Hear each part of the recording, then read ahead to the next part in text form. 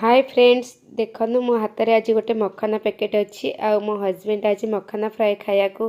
कहले आ evening time ना टिके स्नैक्स खायापी कहले जेहेतु मुझे मखाना फ्राए करी आईटा पुणी एयर फ्रायर रे आज हजबैंड मो गोटे एयर फ्रायर आनी सब ऑयल जिनस छणा छणी खिया हुए से सी भी गोटे मोपाई एयर फ्रायर आनी मत रोषे करने इजी हम आ बिना माने कम ऑयल रे फ्राए हो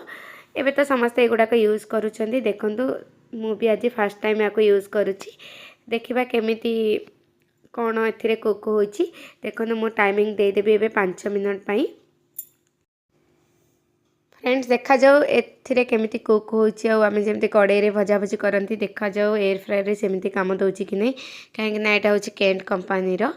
देखा जाऊ एते कॉस्टली देखो सब जिनस आमर देखा जाउची ट्रांसफर माने देखा जीपा पई ग्लास लागिची देखो एबे मखाना हो गला 5 मिनट रे आ पूरा क्रिस्पी होची आ बहुत टेस्टी लगला फ्रेंड्स खाइला परे देखो आपण माने भी घर को एमती एयर फ्रायर आणंतु और रोषे करी खांतु। थैंक यू मो हस्बैंड।